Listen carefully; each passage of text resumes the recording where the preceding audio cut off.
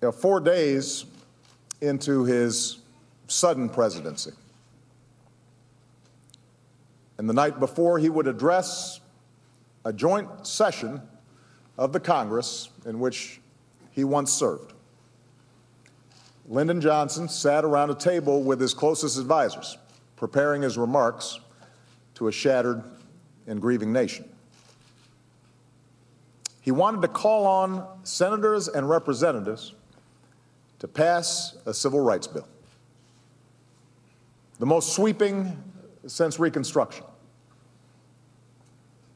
And most of his staff counseled him against it. They said it was hopeless, that it would anger powerful Southern Democrats and committee chairmen, that it risked derailing the rest of his domestic agenda. And one particularly bold aide said he did not believe a president should spend his time and power on lost causes, however worthy they might be. To which it is said, President Johnson replied, "Well, what the hell's the presidency for?"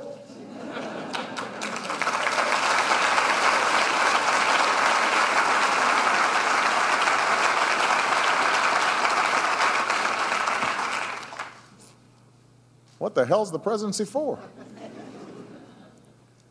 If not to fight for causes you believe in. Today, as we commemorate the 50th anniversary of the Civil Rights Act, we honor the men and women who made it possible. Some of them are here today. We celebrate giants like John Lewis and Andrew Young and Julian Bond. We recall the countless unheralded Americans, black and white, students and scholars, preachers and housekeepers, whose names are etched not on monuments, but in the hearts of their loved ones and in the fabric of the country that they helped to change.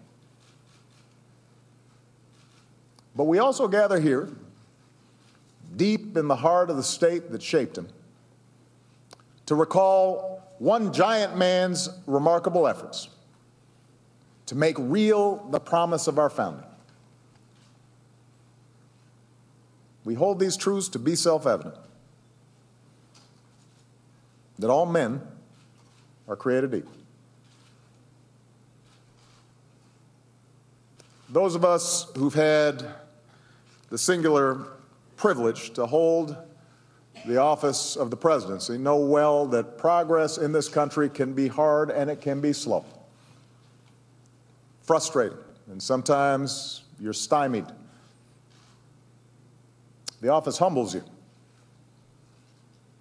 You're reminded daily that in this great democracy, you are but a relay swimmer in the currents of history, bound by decisions made by those who came before, reliant on the efforts of those who will follow to fully vindicate your vision. But the presidency also affords a unique opportunity to bend those currents by shaping our laws and by shaping our debates, by working within the confines of the world as it is, but also by reimagining the world as it should be. This was President Johnson's genius. As a master of politics and the legislative process, he grasped, like few others, the power of government to bring about change. LBJ was nothing if not a realist. He was well aware that the law alone isn't enough to change hearts and minds. A full century after Lincoln's time, he said, "Until justice is blind to color, until education is unaware of race, until opportunity is unconcerned with the color of men's skins, emancipation will be a proclamation, but not a fact." He understood laws couldn't accomplish everything, but he also knew that only the law could anchor change and set hearts and minds on a different course. And a lot of Americans needed the law's most basic protections at that time.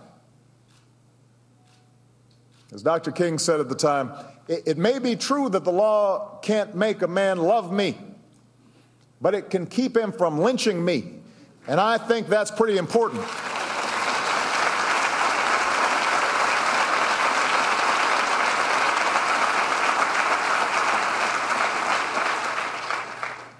And passing laws was what LBJ knew how to do.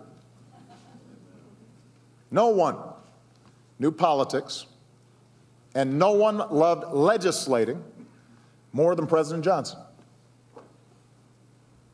He was charming when he needed to be, ruthless when required. He could wear you down with logic and argument. He could horse trade, and he could flatter. You come with me on this bill, he would reportedly tell a key Republican leader from my home state during the fight for the Civil Rights Bill. And 200 years from now, school children will know only two names, Abraham Lincoln and Everett Dirksen.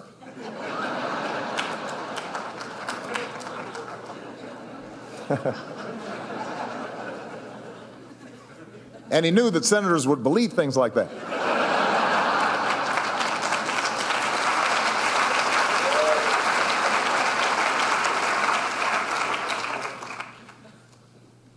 President Johnson liked power. He liked the feel of it, the wielding of it. But that hunger was harnessed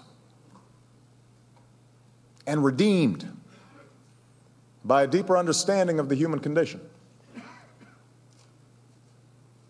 by a sympathy for the underdog, for the downtrodden, for the outcast. And it was a sympathy rooted in his own experience. As a young boy growing up in the Texas Hill Country, Johnson knew what being poor felt like. Poverty was so common, he would later say, we didn't even know it had a name. The family home didn't have electricity or indoor plumbing. Everybody worked hard, including the children. President Johnson had known the metallic taste of hunger, the feel of a mother's calloused hands, rubbed raw from washing and cleaning and holding the household together. His cousin Ava remembered sweltering days spent on her hands and knees in the cotton fields with Lyndon whispering beside her, boy, there's got to be a better way to make a living than this. There's got to be a better way. It wasn't until years later, when he was teaching at a so-called Mexican school in a tiny town in Texas, that he came to understand how much worse the persistent pain of poverty could be for other races in a Jim Crow South. Oftentimes, his students would show up to class hungry. And when he'd visit their homes, he'd meet fathers who were paid slave wages by the farmers they worked for. Those children were taught, he would later say, that the end of life is in a beet row, a spinach field, or a cotton patch. Deprivation and discrimination, these were not abstractions to Lyndon Baines Johnson. He knew that poverty and injustice are as inseparable as opportunity and justice are joined. So that was in him from an early age. Now, like any of us, he was not a perfect man.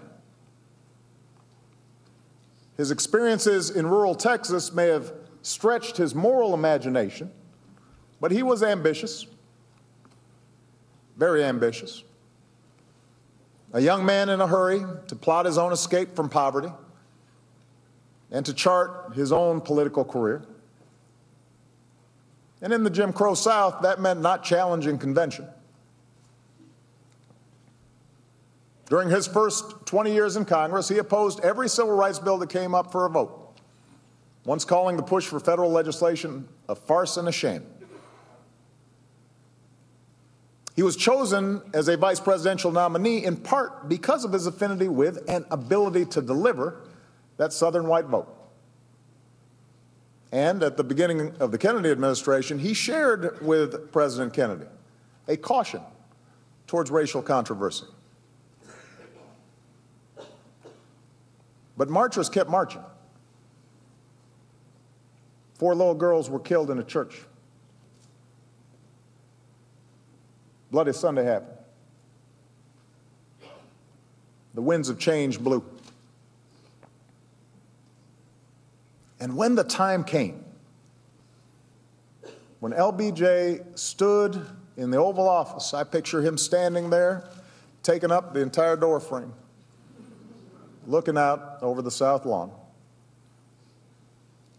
in a quiet moment, and asked himself what the true purpose of his office was for. What was the end point of his ambitions? He would reach back in his own memory, and he'd remember his own experience with want. And he knew that he had a unique capacity as the most powerful white politician from the South to not merely challenge the convention that had crushed the dreams of so many, but to ultimately dismantle for good the structures of legal segregation. He's the only guy who could do it. And he knew there'd be a cost. Famously saying, the Democratic Party may have lost the South for a generation.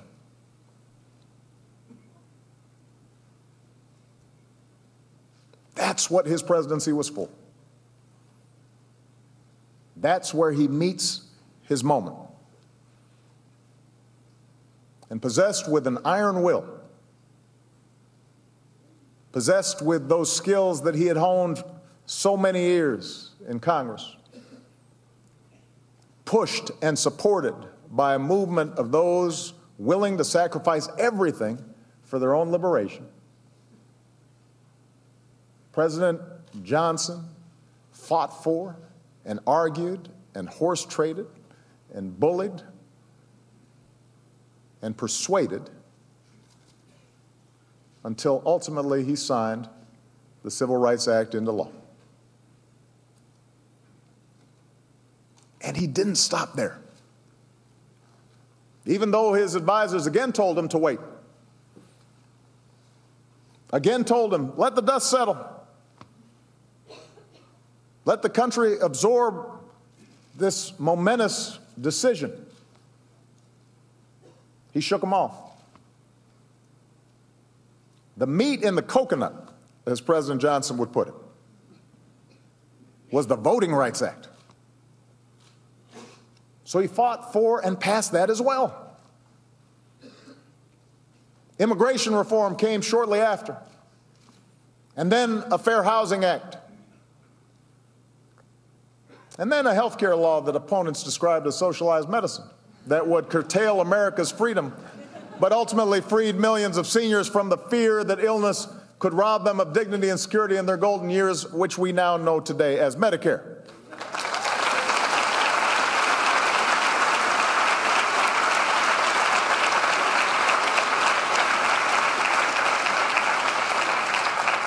What President Johnson understood was that equality required more than the absence of oppression.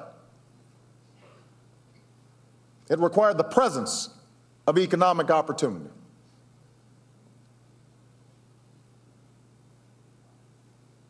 He wouldn't be as eloquent as Dr. King would be in describing that linkage